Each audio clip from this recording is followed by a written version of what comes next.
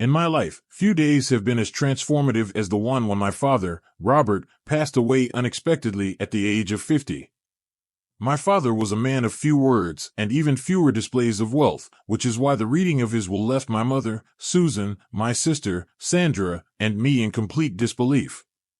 The lawyer, with a somber tone, revealed that my father had left behind a $50 million estate, a staggering figure that none of us could have imagined. As the eldest son, I had always anticipated taking over my father's modest business and continuing his legacy in a straightforward manner. However, the will not only disclosed his hidden wealth, but also presented an unequal distribution that heavily favored Sandra and me over our mother. This revelation struck a raw nerve within the family, initiating a series of legal and emotional conflicts. The immediate aftermath was chaotic. My mother, Susan, aged 45, was devastated. She could not grasp how the man she had spent 20 years with had amassed such wealth without her knowledge or why he chose to distribute it in such a peculiar manner. Her grief quickly morphed into suspicion and resentment, leading her to question the authenticity of the will. She felt sidelined in a life she had been integral to, which deeply affected her sense of trust and security. Amidst this turmoil, Sandra, 25, appeared unusually composed, suggesting she might have known more about our father's intentions than she initially let on. Her calmness, in contrast to our mother's despair, added another layer of tension to an already fraught situation. As for me, I found myself in an excruciating position.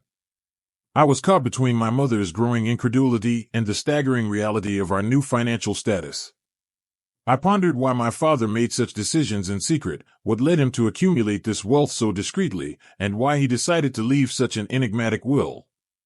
This inheritance, far from being a blessing, felt like a curse that threatened to dismantle the family structure I had cherished all my life.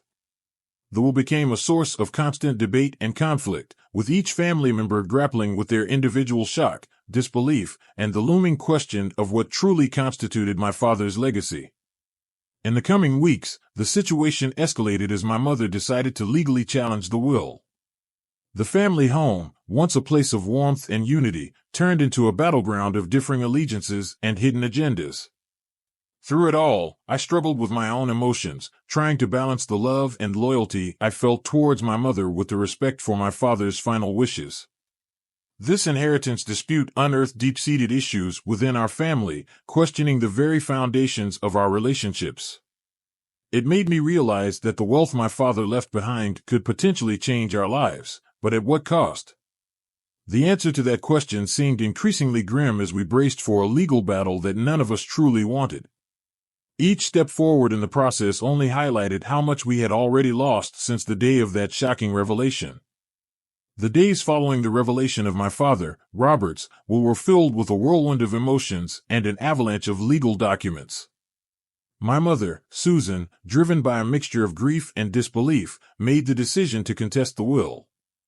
She could not fathom how my father had managed to secretly accumulate $50 million, nor could she accept that he would leave such an uneven share to his children, effectively bypassing her. The legitimacy of the will, she believed, was questionable at best. Armed with determination and the support of Mr. Jack, our family advocate, my mother initiated a legal battle that would soon consume our lives. The court became the arena where our family's dirty laundry was aired, with each session uncovering more layers of our personal and financial histories than any of us had ever wished to reveal. Susan's arguments in court were based on several points. She questioned whether my father had the mental capacity to make such decisions at the time the will was drafted and suggested undue influence or coercion, possibly from external parties we were not yet aware of. She also raised concerns about the possibility of a fraudulent will, given the unexpected nature of the wealth and its allocation. Each court appearance was emotionally draining. I stood by her side, not fully convinced of her suspicions, but supportive nonetheless, understanding her need for clarity and closure. Sandra, on the other hand, maintained a stance that seemed to isolate her further from our mother. She argued that our father had the right to distribute his estate as he saw fit and that questioning his motives was both disrespectful and futile. As the legal proceedings dragged on, the strain on our family intensified. The public nature of the court case attracted media attention, which only served to amplify the spectacle. Reporters dug into my father's past, uncovering his silent partnerships and investments that had flown under the radar for decades. This media frenzy turned our personal ordeal into public entertainment, something none of us were prepared for. Amidst this turmoil, Mr. Jack played a critical role. His expertise in family law and his calm demeanor in the face of our family's storm were invaluable. He navigated the complexities of the case with a level of professionalism that offered a small comfort in our time of chaos. Yet, his attempts to mediate were often overshadowed by the raw emotions that surfaced with each revelation. The legal battle also forced me to reconsider my understanding of my father. Each session in court, each disclosure of his hidden life, painted a picture of a man I thought I knew but perhaps never did. This inheritance, wrapped in mystery and legal tape, became a symbol of lost connections and hidden truths within our family. Through it all, my mother's resolve never wavered. She pursued the case not just in search of her rightful share, but also as a quest for truth about the man she had loved and the life they had built together. This battle, though fraught with legal complexities, was at its heart a search for identity and acknowledgement in the shadow of a legacy that had suddenly become as enigmatic as it was monumental. The legal dispute over my father's will not only brought to light the hidden facets of his financial life, but also started to reshape the relationships within our family. Amidst the ongoing legal battle, my sister Sandra's evolving perspective began to further divide us.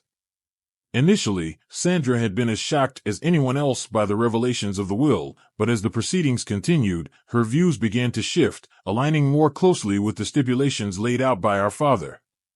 Sandra, 25, began to articulate a belief that our father, Robert, had his reasons for the decisions he made regarding his estate. She suggested that his choices were deliberate and possibly intended to impart lessons we had yet to understand. Her stance brought her into direct conflict with our mother, Susan, whose challenge to the will's authenticity was rooted in a sense of betrayal and confusion about her exclusion from the substantial inheritance. The tension between Sandra and our mother escalated quickly. Family gatherings became battlegrounds, where conversations about the will devolved into heated debates about loyalty, intention, and grief. Sandra accused our mother of being unable to respect our father's autonomy in making his final decisions. Meanwhile, Susan was hurt by Sandra's lack of empathy and her apparent disregard for the emotional turmoil the will had unleashed. As Sandra isolated herself from our mother, our once close-knit family began to fragment. Her relationship with Susan grew colder and more formal, a stark contrast to their previous warmth and closeness. This change was painful to witness. I found myself in the middle, trying to maintain peace and understanding between the two, while also grappling with my own conflicted feelings about the inheritance and its implications. The shift in Sandra's allegiance also affected her relationship with me. We had always been allies, siblings united against whatever challenges came our way. However, the inheritance dispute revealed different philosophies between us concerning wealth, responsibility, and family loyalty. Sandra's newfound assertiveness in claiming what she believed was rightfully designed by our father created an unexpected rift between us. Moreover, Sandra's arguments prompted me to reconsider my own stance. I began to explore the possibilities that perhaps our father had intended this challenge to be a catalyst for change or growth in our lives. This introspection was difficult and often lonely, as it seemed to put me at odds with both my mother's grief-driven pursuit for justice and Sandra's seemingly pragmatic acceptance of the will's terms. As months passed, the inheritance issue continued to dominate our lives, overshadowing all other aspects of our family's existence. The legal battle, fueled by these internal conflicts, drew attention not only from family and friends, but also from the broader community and media. This public scrutiny added an extra layer of stress and complexity to our already strained relationships. In this emotionally charged atmosphere, I often found myself reflecting on the deeper meanings of inheritance and legacy. The dispute had forced all of us to confront uncomfortable truths about our family, our values, and ourselves. As Sandra drifted further from our mother's emotional orbit, it became clear that the outcome of this legal and personal battle would likely redefine our family dynamics permanently. Whatever the resolution, the scars from this conflict seemed destined to linger, shaping our relationships and individual paths far into the future. As the inheritance dispute unfolded, Mr. Jack, our family advocate, emerged as a pivotal figure. His role transcended the typical boundaries of legal representation, as he found himself deeply involved in both the emotional and legal complexities of our family's crisis. His experience and calm demeanor became crucial as he navigated the turbulent waters of our family dynamics, trying to find a resolution that might salvage both our familial bonds and our financial interests. From the onset, Mr. Jack was acutely aware of the sensitive nature of the dispute. He understood that beyond the substantial $50 million at stake, there was a grieving family struggling to cope with the loss of a patriarch and the unexpected consequences of his last will. His approach was methodical and empathetic, aiming to mediate between conflicting interests within the family while ensuring that the legal proceedings were handled with fairness and diligence. Mr. Jack's strategy involved several key moves. First, he sought to establish clear communication channels among all family members, encouraging transparency and open dialogue. He arranged mediation sessions that included not just the immediate family but also extended relatives who were affected by the fallout. These sessions were designed to air grievances in a controlled environment, allowing each family member to express their feelings and perspectives without the formalities and constraints of court proceedings. During these mediations, Mr. Jack carefully listened to each party's concerns. He paid particular attention to my mother, Susan, who felt marginalized by the will's provisions. He also engaged with Sandra and me, understanding our positions and the potential reasons behind our father's decisions. His ability to navigate these conversations with tact and insight was instrumental in preventing further escalation of the conflict. Moreover, Mr. Jack utilized his legal expertise to explore all possible outcomes of the will contestation. He laid out the potential scenarios, from the complete overturning of the will to its full execution as written, and discussed the legal ramifications and likely timelines for each. This clarity helped us prepare for the long-term implications of the dispute, setting realistic expectations about the possible financial and emotional costs involved. Another significant move by Mr. Jack was his effort to introduce independent experts into the case. These included forensic accountants who could provide a clearer picture of my father's financial activities and estate planning experts who offered insights into the possible motivations behind the structuring of the will. This holistic approach not only enriched our understanding of the legal landscape but also provided a broader context for our father's decisions, which was crucial in softening some of the more accusatory tones within the family. Throughout the process, Mr. Jack remained a figure of stability and reason. His presence was reassuring, providing a buffer against the often overwhelming emotions that the dispute stirred. His strategies for mediation did not always lead to immediate reconciliation, but they injected a level of professionalism and care that was desperately needed. As the months wore on, the role of Mr. Jack proved to be more than just that of an advocate. He became a confidant and a counselor, guiding our family through one of the most challenging periods of our lives. While the ultimate outcome of the legal battle remained uncertain, his efforts ensured that whatever the result, it would be reached through a process that respected the dignity and the emotional well-being of all involved. Amidst the whirlwind of legal battles and shifting allegiances, my role as the eldest son became increasingly complex. My struggle was not just about navigating the turbulent waters of inheritance disputes, but also about maintaining a semblance of unity in a family that seemed on the brink of permanent division. The challenge was daunting. On one side was my mother, Susan, devastated and feeling betrayed by the revelations of my father's will, and on the other was my sister, Sandra, whose perspective on our father's decisions was markedly different from ours. As I watched our family being torn apart, I often reflected on my father's intentions. Could he have foreseen the chaos his will would unleash? Or had he underestimated the bonds that held us together, thinking perhaps that the financial security he was providing would outweigh the emotional costs? These questions haunted me as I tried to bridge the growing gaps between my loved ones.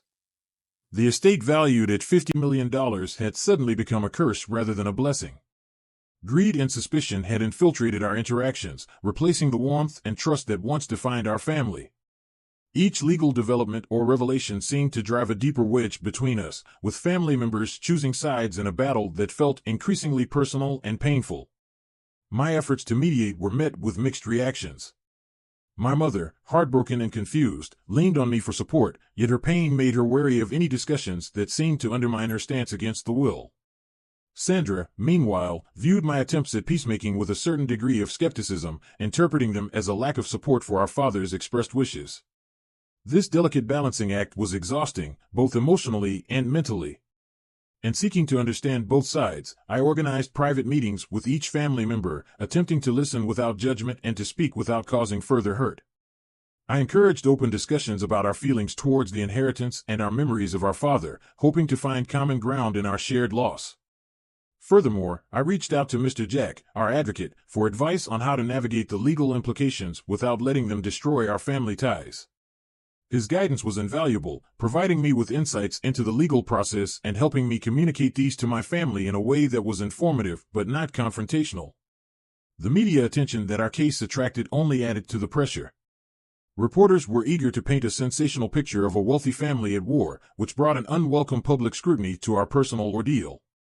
I found myself shielding my mother and sister from invasive questions and paparazzi, further complicating my role as the family protector. Through it all, I held on to the hope that we could find a resolution that respected both my father's intentions and the needs of all family members. This hope was tested repeatedly as the case dragged on, with each court appearance and legal maneuver pulling us further apart. In my heart, I knew that the real battle was not over the millions left behind, but over the legacy of our family's unity and the values we wanted to uphold. The struggle to maintain those, amidst the chaos of greed and grief, defined my journey as a brother and a son during this tumultuous time. Just when we thought the contours of our family crisis were defined by the existing $50 million inheritance, a new twist emerged that deepened the complexity of our situation. Further investigation into my father's financial affairs uncovered additional assets that had been cleverly concealed in various investments and offshore accounts. This revelation came as yet another shock to us all, casting new doubts on what we thought we knew about my father, Robert, and his legacy. The discovery of these hidden assets was brought to light through the diligent work of the forensic accountants hired by Mr. Jack, our advocate, as part of the legal proceedings initiated by my mother, Susan. Their findings indicated that the $50 million estate previously identified was only part of a larger portfolio, meticulously arranged to avoid detection. The reasons behind my father's secrecy became an even more pressing question, complicating the emotions and legal strategies surrounding the will contestation. As the eldest son and a pivotal mediator in the family, I found myself at the forefront of this new development. The revelation had a dual impact. It intensified the greed and conflict among extended family members and potential claimants, while simultaneously providing a potential avenue for a more equitable resolution among the immediate family, if handled correctly. The nature of the additional assets varied widely, from real estate holdings in multiple countries to investments in private companies and significant stock portfolios. The scale of this discovery required a reevaluation of the inheritance dispute, prompting a strategic shift in our legal approach. Mr. Jack suggested that this could be an opportunity to negotiate a settlement that might satisfy all parties more comprehensively, potentially quelling the brewing storm within the family. However, the negotiations were anything but straightforward. The presence of more assets meant there was more to argue over, and tensions escalated as each family member reassessed their stance. My mother, already deeply mistrustful of the circumstances surrounding the will, became even more adamant that her exclusion was a deliberate act of betrayal. Sandra, on the other hand, saw this as further validation of our father's foresight and financial acumen, arguing that it was proof of his intention to provide for us in ways that were beyond conventional. Amid these conflicting perspectives, my role became increasingly complex. I had to navigate not only the emotional landmines within our family but also the intricate legal implications of the newly discovered assets. My goal remained to foster a resolution that could bring peace to the family, but with every new discovery, that goal seemed further out of reach. The negotiations over these additional assets involved numerous rounds of discussions, mediated by Mr. Jack, who had to balance legal advisement with psychological insight into the family's dynamics. These discussions were arduous and often emotionally charged, as old wounds were reopened and new suspicions were raised. Throughout this ordeal, the concept of legacy took on a new meaning for me. It was no longer just about the wealth left behind, but about the memories and values associated with that wealth. The additional assets underscored a profound disconnect between the father I thought I knew and the businessman who had operated with such secrecy. As we moved forward, the struggle to reconcile my father's dual legacies, his role as a family man and his identity as a secretive financier, continued to challenge our family's ability to come together and heal from the revelations that seemed to keep unfolding. The path to resolution was fraught with legal and emotional hurdles, but it was a path we needed to navigate carefully, balancing the practical realities of wealth with the emotional realities of family ties. The legal proceedings, already steeped in complex financial revelations, took a deeply personal turn during the testimonies that were meant to untangle the intentions behind my father's will. These court sessions became emotionally charged events, exposing the underlying rifts within our family that had been simmering beneath the surface for years. As the eldest son, I watched with a heavy heart as each family member took the stand. The courtroom, filled with lawyers, reporters, and curious onlookers, served as a stark backdrop to the raw emotions displayed by my mother, Susan, and my sister, Sandra. Each testimony shed light on their pain, their hopes, and the betrayal they felt. Susan's testimony was particularly heart-wrenching. She spoke of her life with my father, Robert, painting a picture of a partnership that she believed was based on mutual respect and shared decisions. Her voice broke as she recounted the later years of their marriage, when Robert became more secretive, a change she had attributed to the stress of his business but now believed was linked to his clandestine accumulation of wealth. She expressed her feeling of betrayal not just by the contents of the will but by the entirety of her married life, which she now saw under a different light. Sandra's perspective, however, was markedly different. When it was her turn, she defended our father's decisions as acts of a man who was not only ensuring his family's financial security but also imposing a test upon us.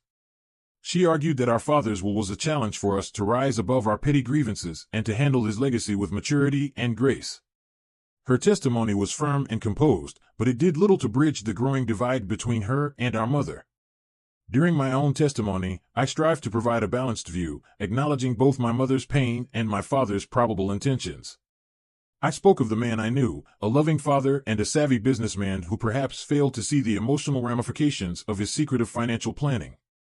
I also highlighted the additional assets discovered, emphasizing the need for a transparent and fair resolution that could honor his complex legacy without further damaging our family bonds. Mr. Jack, our advocate, played a crucial role during these sessions. He navigated the legal intricacies and emotional landmines with a finesse that only someone deeply familiar with the family could manage. His objective was not just to win a case, but to mend a family, if possible. The emotional toll of these testimonies on our family was immense. The courtroom often felt like a pressure cooker, with old grievances and unresolved issues coming to the fore. The process was cathartic in some ways, but incredibly destructive in others. Relationships that had taken decades to build were fracturing before our eyes, held together only by the thin hope of a resolution that might somehow address both the emotional and financial needs of all parties involved. The impact of these testimonies extended beyond the confines of the courtroom. They were discussed and dissected by the media, turning our personal pain into public spectacle. This added layer of exposure only compounded the stress and anxiety we all felt, making the proceedings even more daunting. As the court sessions continued, it became increasingly clear that the outcome of this legal battle would redefine our family dynamics forever. Whatever the verdict would be, the scars from this ordeal would linger, challenging us to find a way forward in the aftermath of a legacy that was as complex as the man who left it behind. As the inheritance dispute dragged on, the possibility of an amicable settlement seemed increasingly remote. Negotiations had begun with a faint hope of compromise that would allow our family to avoid the protracted bitterness of a court battle.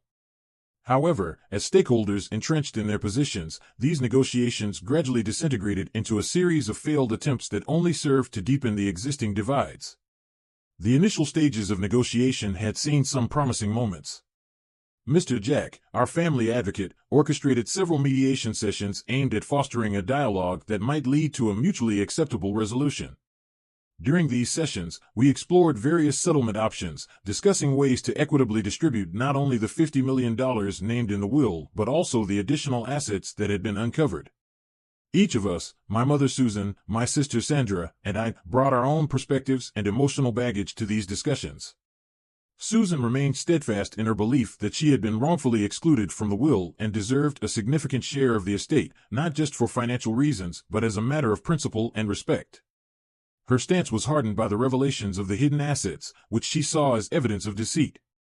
Sandra, on the other hand, continued to advocate for respecting our father's final wishes as documented, interpreting the will as a testament to his foresight and understanding of each family member's true needs and character. My role in these negotiations was painfully difficult.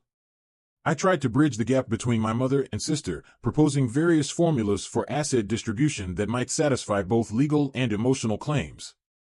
However, each compromise suggested seemed to only highlight the vast gulf in perceptions and expectations among us. Sandra viewed these compromises as betrayals of our father's intentions, while Susan saw them as necessary to correct a profound injustice. The sessions often ended in frustration and tears, with each of us retreating to our respective corners. The emotional toll was visible on everyone involved.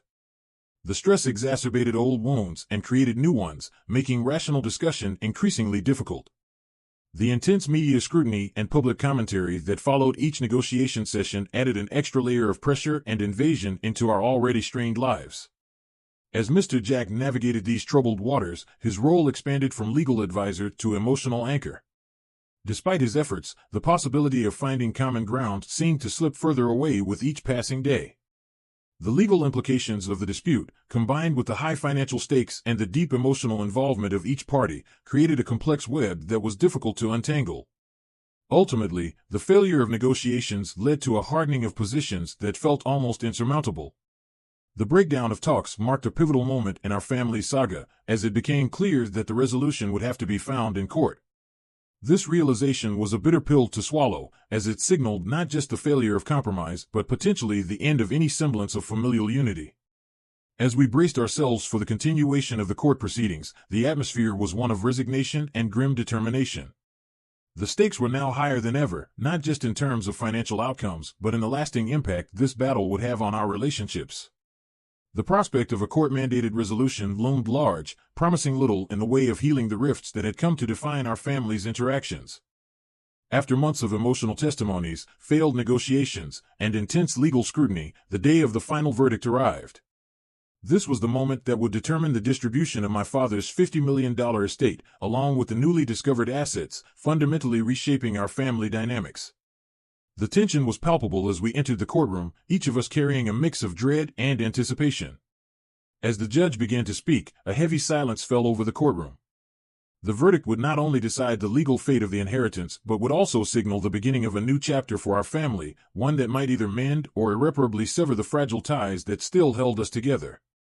The judge acknowledged the complexity of the case, noting the deep emotional undercurrents that had influenced every aspect of the proceedings. The decision took into account the myriad legal arguments presented by both sides, the testimonies that revealed so much about our personal relationships, and the significant implications for family unity. The verdict was more nuanced than any of us had expected. It did not fully grant any single party's wishes, but instead laid out a structured compromise that attempted to address the valid concerns raised by all involved. The judge ordered a redistribution of the assets that differed significantly from the allocations specified in my father's will. This included a substantial portion awarded to my mother, Susan, recognizing her contribution to my father's success and the injustices posed by her initial exclusion. Sandra received a considerable share, but with specific conditions attached to foster responsible management of the wealth, reflecting her arguments about preserving our father's legacy and the business acumen that he valued. As for me, I was entrusted with overseeing certain aspects of the estate, tasked with maintaining the balance between preserving our father's business legacy and ensuring fair support to all family members. The verdict also mandated family counseling as a condition of the estate settlement, recognizing the deep emotional wounds that needed healing beyond the legal resolutions. This part of the ruling underscored the judge's understanding that the issues at stake went far beyond financial assets and touched on the very essence of familial bonds. As we left the courtroom, the mood was somber. There was a sense of relief that the legal battle was over, but the emotional residue was thick in the air. Sandra, Susan, and I exchanged tired glances that spoke volumes about the weariness we felt. It was clear that while the court had reached a decision, the path to emotional recovery and true reconciliation was still ahead of us. In the days following the verdict, we began to take tentative steps towards understanding and, potentially, forgiveness. The mandated counseling sessions turned out to be less about the will and more about unpacking years of miscommunications and unspoken grievances. We slowly started to see each other not just as adversaries in a legal battle, but as family members who had all lost something irreplaceable, the unguarded trust and simplicity of our relationships before the wool was revealed. The Judgment Day had indeed redefined our family dynamics, imposing a new structure on our interactions and financial dealings. But it also opened a door to possible reconciliation, offering a glimmer of hope that perhaps, in time, we could rebuild something even stronger from the ruins of our dispute. The final verdict in the inheritance dispute brought both closure and new challenges to our family. It marked the end of a tumultuous legal battle over my father's $50 million estate, but it also ushered in a period of introspection and rebuilding. As we began to navigate the aftermath, the lessons we learned from this ordeal became crucial in shaping our paths forward and in preventing future conflicts. One of the most significant lessons was the importance of transparency within the family. The secrecy that had surrounded my father's financial dealings had been a major catalyst for the dispute. Moving forward, we committed to open lines of communication regarding financial decisions, ensuring that no family member would feel blindsided or excluded again. This commitment extended beyond mere financial disclosures to include more frequent and honest discussions about personal expectations and concerns. Another critical lesson was the value of legal and financial planning. The complexities revealed through the court proceedings highlighted the need for clear, well-documented estate plans that consider not only legal requirements but also the emotional and relational dynamics of the family. We learned that such planning should not be a secretive affair but a collaborative process that involves all stakeholders. This approach would help mitigate misunderstandings and provide a clear framework for future generations. The mandated family counseling sessions turned out to be a transformative experience. They taught us the importance of addressing underlying issues before they escalate into full-blown conflicts. Through these sessions, we began to understand each other's perspectives and grievances more deeply, which facilitated a gradual healing process. We learned that listening, truly listening, to one another was as important as any legal document in maintaining family harmony. The experience also reinforced the idea that wealth can be both a blessing and a burden. We saw firsthand how financial assets could create opportunities, but also how they could lead to divisions and discontent. This realization prompted a reevaluation of our values and priorities as a family.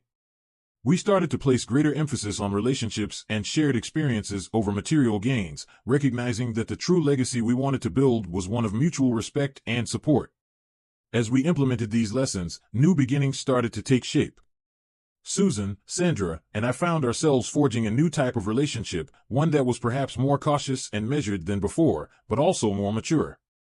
We established new traditions and routines that allowed us to enjoy each other's company without the shadow of past conflicts looming over us. We also began to engage in joint philanthropic efforts, using a portion of the inheritance to fund causes that were important to us. These projects not only helped mend our familial bonds, but also allowed us to honor my father's legacy in a positive, impactful way. They gave us a shared purpose and helped shift the focus from what we had fought over to what we could achieve together. Reflecting on the entire experience, it was clear that while the legal battle over the inheritance had been painful, it had also been a profound learning opportunity. It taught us about resilience, the complexities of human relationships, and the capacity for forgiveness. As we moved forward, these lessons became the foundation of our new beginnings, guiding us towards a future that, while different from what we might have envisioned, held the promise of unity and mutual respect.